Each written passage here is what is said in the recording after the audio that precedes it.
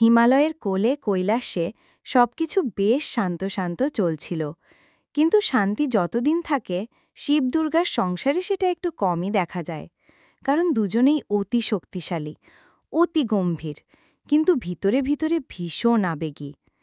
এইবার মহালয়ার সময় কাছাকাছি আসছে। পৃথিবীতে বাঙালিরা তোড়জোড় শুরু করেছে, প্যান্ডেল, আলো, গান, ঢাক, ধুনুচি। আর এই খবরটা যখন দুর্গার কানে পৌঁছালো, তখনই শুরু হলো আসল কার্টুনি কাণ্ড কারখানা। শিব ভোরবেলায় ধ্যান করছেন, এক হাতে ত্রিশূল, অন্য হাতে ডামরু। কিন্তু তার ধ্যান ভাঙল এক শব্দে।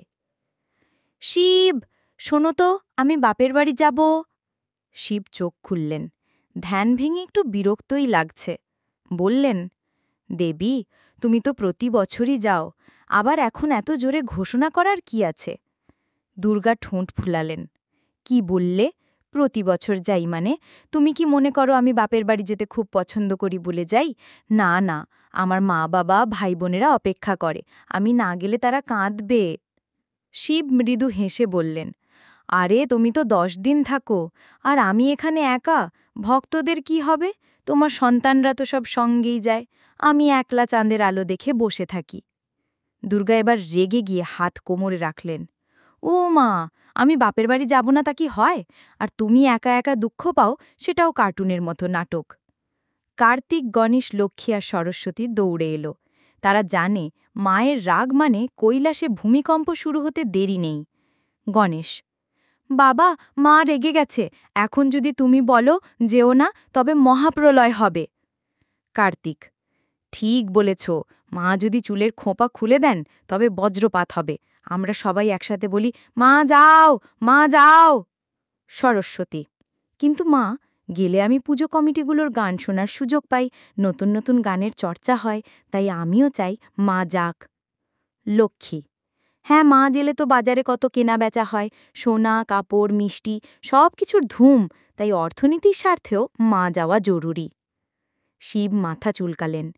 দেখলে দেবী, সন্তানরাও তোমার পক্ষ নিল, তবে আমিই বা দোষ কি করেছি? দুর্গা একটু চোখ পাকিয়ে বললেন, শিব, তুমি সবসময় উদাসীন থাকো। আমি যাচ্ছি বললে তোমার চিন্তা হয়, আমি না গেলে তোমার রাগ হয়। ঠিক করে বলো, তুমি কি চাও?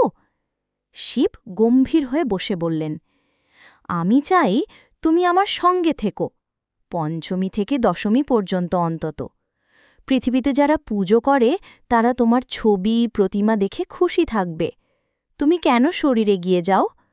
দুর্গা হাত নেড়ে বললেন, ওমা, আমার প্রতিমা, আমার আরাধনা, সব ঠিক আছে, কিন্তু আমি নিজে না গেলে বাপের বাড়ির আনন্দটাই তো মাটি হয়ে যাবে। এবার নন্দী আর ভৃঙ্গি এগিয়ে এলো। তারা দুজন শিবের অনুচর। নন্দী, প্রভু, আমরা আছি, দেবী না থাকলে আমরা আপনাকে গল্প শুনিয়ে সময় কাটাব। ভৃঙ্গি, হ্যাঁ হ্যাঁ, আমরা তাস খেলব, লুডো খেলব। শিব ভ্রু কুঁচকে বললেন, ধ্যান ভঙ্গ করে আমি লুডো খেলব? নন্দী আর ভৃঙ্গি ভ্যাবাচাক্কা খেয়ে চুপ। অন্যদিকে দুর্গা ততক্ষণে বাপের বাড়ির ফোন লাইন ধরেছেন।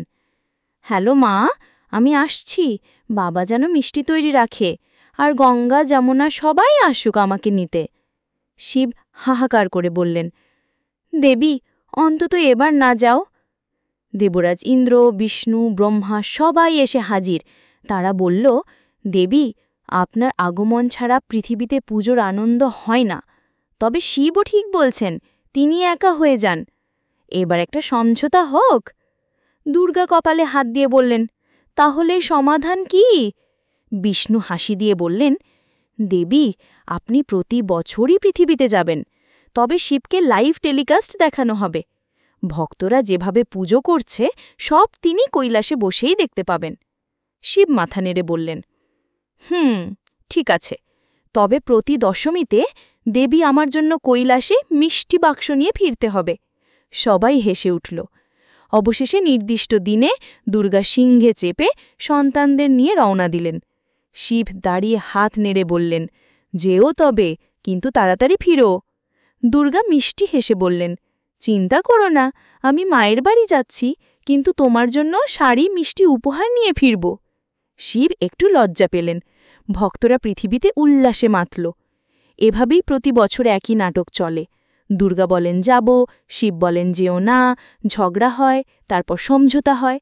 কার্টুনে এই ঝগড়া দৃশ্যগুলো এত মজার করে আঁকা যায়। শিবের ধ্যান ভেঙে রাগ, দুর্গার ঠোঁট ফোলা মুখ, সন্তানদের দৌড়াদৌড়ি, নন্দী ভৃঙ্গির লুডো খেলার প্রস্তাব, আর শেষে দেবতাদের মিটিং। অবশেষে বোঝা যায় এই ঝগড়ার মধ্যেও কত ভালোবাসা লুকিয়ে আছে। দুর্গা যেমন বাপের বাড়ি যান আনন্দ দিতে, তেমনি শিবও অপেক্ষা করেন আবার তাকে ফিরে পাওয়ার জন্য।